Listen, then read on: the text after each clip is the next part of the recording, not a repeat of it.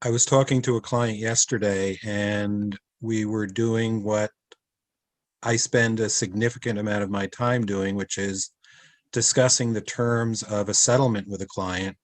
And in this case, discussing the provision with regard to college and college education expenses with my client.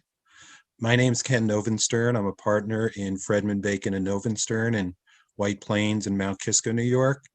And a lot of the work we do is really getting cases settled.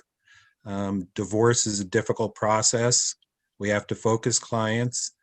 And the college provision is an interesting provision because parents who go through a divorce are placed in a position where they actually have to commit to how they're going to deal with college, either at the time they work out the terms of an agreement or shortly before the child starts college.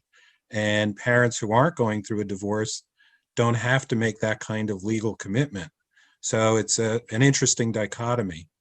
In regard to college, and in talking to the client yesterday, it hit me that, there are really a handful of issues that people have to think about. And it almost goes back to elementary school when we were taught about the questions who, what, when, where, why, how. And with college, you have to think about who's going to have to pay, when you're going to have to pay, how you're going to pay, what you're going to pay. And the what is very important because you really need to clearly define the elements of college education expenses that will be included and that the parties have to pay. And, there are other significant considerations. Certainly, how much or what percentage each party will have to pay is significant. There are other aspects of the discussion in regard to parents have sometimes set aside money, and that's certainly very helpful when it happens. In New York State, we often refer to New York 529 plan accounts, which is a specific section of New York law that allows for money to be set aside and increase in value tax-free and then used for college expenses without any taxes having to be paid. And so in this particular case, the parties have been very good about setting money aside for their 14-year-old daughter.